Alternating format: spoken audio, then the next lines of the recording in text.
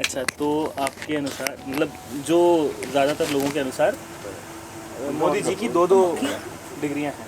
ज़्यादातर लोगों के अनुसार नहीं है, ये तो मीडिया में खुद अमित शाह जी ने भी दिखाया है ना। हाँ, जब उनके अच्छा, वो जो सर्टिफिकेट- प्रेस कॉन्फ्रेंस हुई हाँ, थी, जब प्रेस कॉन्फ्रेंस हुई थी उन्होंने 2-2 डिग्री मीडिया ही दिखा रही है। दिखाई, हमने मीडिया तो ने मीडिया के दिखाया जरिए हमने न्यूज़ पढ़ी, हमने मीडिया के जरिए देखा। हाँ हाँ तो है हम ना, कैसे उन्होंने बात दिखाया कैसे शुभकामनाएं दें? कि 70 हमारी तरफ से 72 दोनों की डिग्रियों के हिसाब से दोनों तारीखों के लिए हमारी तरफ से शुभकामनाएं हैं। हाँ, 70-72 के टाइम पे उन्होंने कंप्यूटराइज डिग्री भी दिखाई है, जबकि सुपर कंप्यूटर तो राजीव गांधी लेके आए थे। तो इनका तो कोई नहीं, तभी तो मैंने कहा ना कि अब हम तो लंबी लड़ाई लड़ने के लिए तैयार लंबी हैं। लड़ाई। तो आज हमारे बीच में मौजूद हैं यूपी गेट से कुछ किसान लोग हैं यहाँ पे। हाँ, यूपी गेट, गाजीपुर बॉर्डर। तो मेरा जो आज आने का मकसद है वो ये है कि टिकैत साहब ने कुछ टिप्पणी करी है ओवैसी के लिए, जो कि हैदराबाद के नेता हैं, काफ़ी प्रचलित नेता हैं और उनके बारे में, हाँ, तो फेमस कह लीजिए। हाँ, फेमस कह सकते हैं, फेमस नेता हैं। काफ़ी जगह पे उनका मतलब आते रहते हैं, इंटरव्यू आते हाँ रहते हाँ, हैं। बिल्कुल बिल्कुल। तो उनके बारे में टिकैत साहब ने कहा कि ये बीजेपी के जो हैं ये चाचा जान हैं और ये यूपी में आ चुके हैं। हाँ। तो आप लोगों का इससे क्या, आप लोगों को क्या समझ में आ रहा है? क्योंकि आप किसान हैं, आप उनको समझते हैं ज़्यादा, आप मीडिया से ज़्यादा, आप किसी और से ज़्यादा उनको समझते हैं। तो आपके अनुसार उनका क्या मतलब है इसके ये कहने का? देखिए जी, यूपी में इलेक्शन आ रहा है और उत्तराखंड में इलेक्शन आ रहा है, और ओवैसी जी जो है वो हमेशा बीजेपी के ही मददगार होते हैं। वो वहाँ पर एक बीजेपी सांप्रदायिक कार्ड खेलती है हिंदू और मुसलमान का, वो हिंदुओं को अपनी तरफ को खींचती है और ओवैसी जी जाके वो मुसलमानों को अपनी तरफ खींचते हैं, और इस फूट में जो है बीजेपी को फायदा होता है। अच्छा, तो मतलब जो मुसलमान वोट होता है, जो कि किसी ऑपोजिशन पार्टी को, जो कि भाजपा नहीं है, जो उसको वोट देने वहाँ जाना चाहता है, वो ओवैसी के भड़काऊ बयानों से, और मुसलमान उधर को चले जाते हैं, और योगी जी के भड़काऊ बयान से जो है वो हिंदुओं में का वो हो जाता है। तो इसलिए उनको फिर चचा जान तो बोलना बीजेपी की फायदा है। फिर चचा जान तो बहुत इज्जत वाला शब्द है।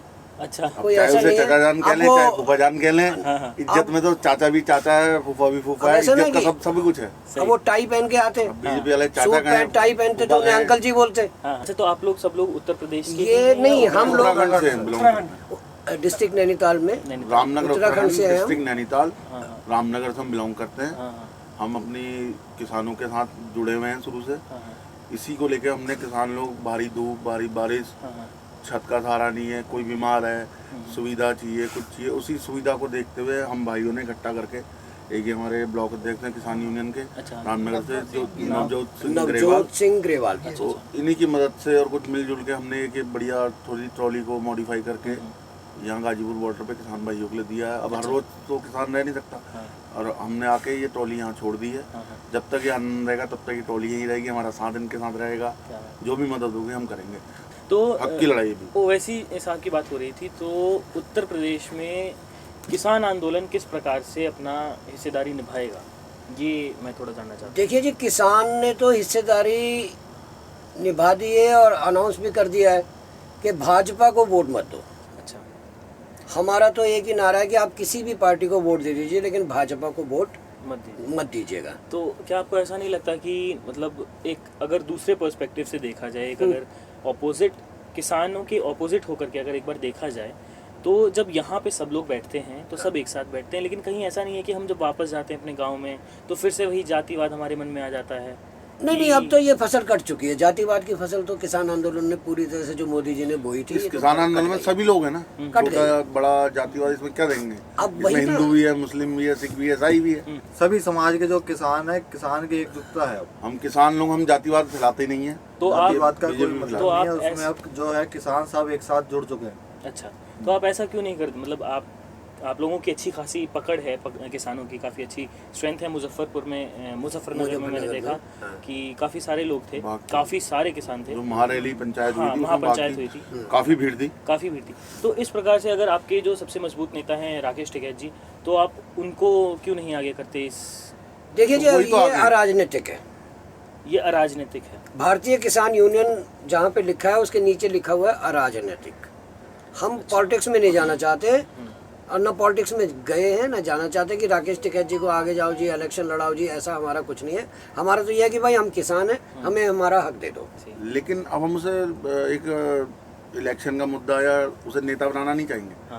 टिकैत जी भी हमारे साथ किसान की तरह, किसान खड़ा होकर हर कंधे से कंधा मिला के टिकैत जी हमारे साथ खड़े हैं, वो भी एक किसान। तो लेकिन टिकैत साहब के बारे में ओवैसी साहब के एक जो स्पोक्स पर्सन है, उनका नाम है सईद करके कुछ है, अच्छा। तो उन्होंने कहा कि टिकैत साहब के बारे में बोला कि 2013 में जब ये प्रोटेस्ट चल रहा था किसानों का, ये काफ़ी कम लोगों को पता है कि 2013 में भी चला protest था और टिकैत साहब ने ही नेतृत्व किया था उसका।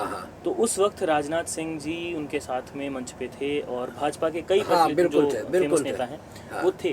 तो अब मतलब इस प्रकार की बात करना कि बीजेपी के चाचा जान ओवैसी वो राकेश टिकैत साहब कहें, तो ये कुछ बात बैठती नहीं है, क्योंकि एक टाइम पे टिकैत साहब ने खुद उनका साथ लिया था, उनके साथ में वो खड़े हुए। मुझे एक बात बताइएगा, अगर राकेश टिकैत जी ने बोल दिया कि जी बीजेपी के चाचा जान हैं, तो सोशल मीडिया से लेके और भाजपा तक में जो है ना एक तरह से बवाल उठ गया।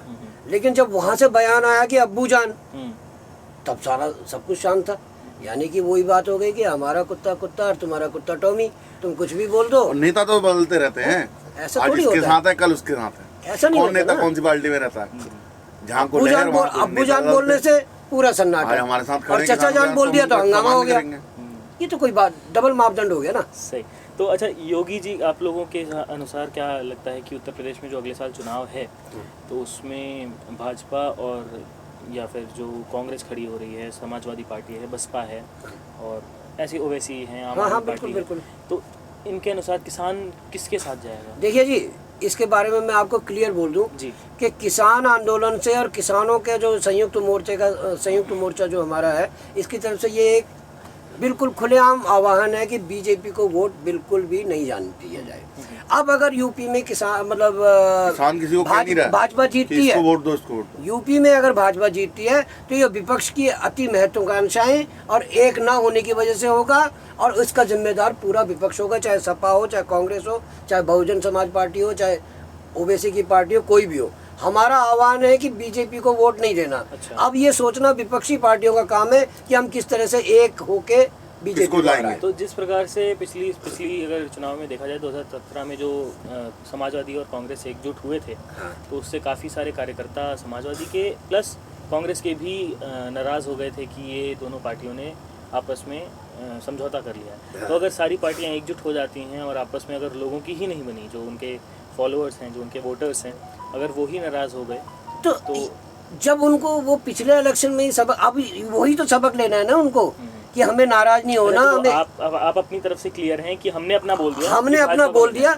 अब पिछली हार की वजह से या भाजपा की पिछली जीत की वजह से पूरे विपक्ष को सबक लेना होगा कि पिछली बार अगर हम एकजुट नहीं हुए, मन से एक नहीं हुए और हमारे वोट बटे तो भाजपा आ गई, और आज किसानों का पूरा समर्थन है कि भाई बीजेपी को वोट मत दो। तो अब इनका काम है कि एकजुट होकर लड़े, अपने अति महत्वाकांक्षाओं को छोड़ दे, कौन सीएम बनेगा, कौन नहीं बनेगा, कौन क्या बनेगा, कौन सी पार्टी को कितने। अरे जो सेकंड नंबर पे आया है, चाहे वो निर्दलीय क्यों नहीं आया आपके क्षेत्र से, आप उसको समर्थन क्यों नहीं देते थे सारा विपक्ष?